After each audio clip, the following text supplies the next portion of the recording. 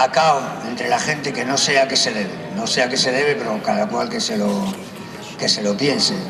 Porque, al menos en los debates que hemos tenido aquí, en el movimiento, a la hora de plantear la cuestión de la reforma o la revolución, esto de encasillar en clichés tan manidos y tan faltos de contenido y tan demagógicos como que la revolución es coger las armas y dejar las calles llenas de sangre para tomar el poder, no sé de dónde salen esas cosas, que si era no sé qué bolchevique y todas esas cosas, no sé de dónde salen. Vamos, que yo haya oído en estas asambleas de ninguna boca que haya oído en estas asambleas, o sea que saldrán de clichés que no sé de dónde.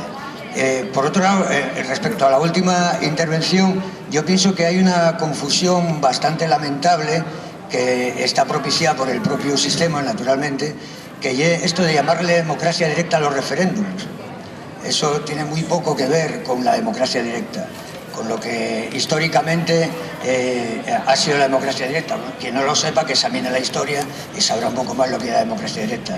La democracia directa es algo parecido a esto, a las asambleas que nosotros hacemos, donde se tomen decisiones cara a cara, tú a tú, y las cosas van de abajo para arriba.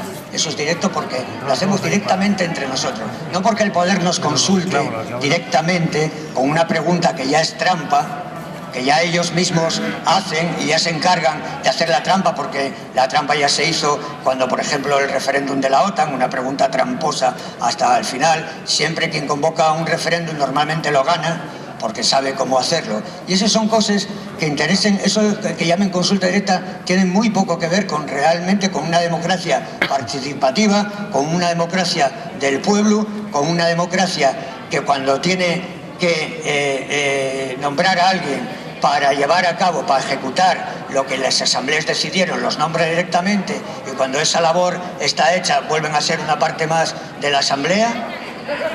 La democracia en base a las asambleas, eso es lo que yo entiendo al menos por democracia directa, y es lo que históricamente se entendía como democracia directa, hasta que bueno, se ha querido identificar con democracia directa, reducirla y resumirla en la cuestión de los referéndums, que por otro lado, ya digo, los referéndums es un arma del poder, porque el poder lo tiene, el poder lo utiliza y lo maneja como quiere, y es dentro del Parlamento donde se confeccionan las preguntas y las consultas, y en definitiva, y luego ya entrando a la cuestión de este referéndum que se quiere que se haga para esta cuestión concreta de no sé qué leches, esto de que bueno, de no sé qué de los presupuestos y no sé qué historia. Bueno, eso son mierdas políticas, que con su pan se lo coman.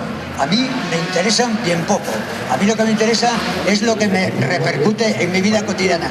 Y tenemos que ahora emplear todas las armas, se dice aquí, ponernos en pie de combate para cuestionar y para que se nos deje refrendar que si van a hacer una reforma de la Constitución en la cual se va a poner un índice no sé qué respecto al déficit.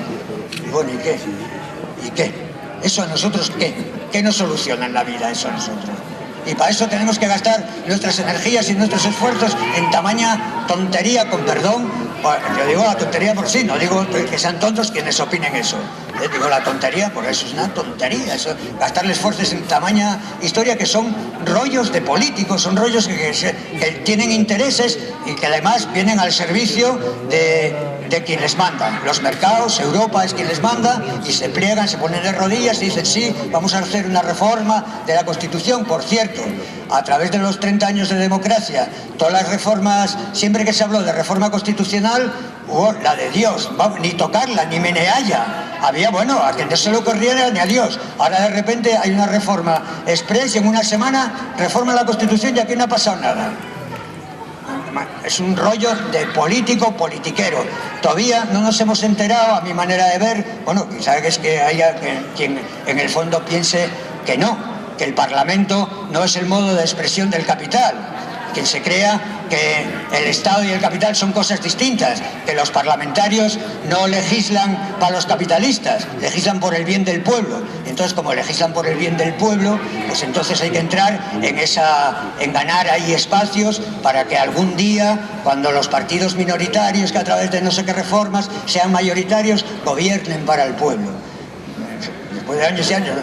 Eso es una trampa, pero vamos, mortal. Supongo que luego se entrará en el debate cuando se hable de la iniciativa esta, que en el fondo es la misma cuestión. En el fondo es la misma cuestión.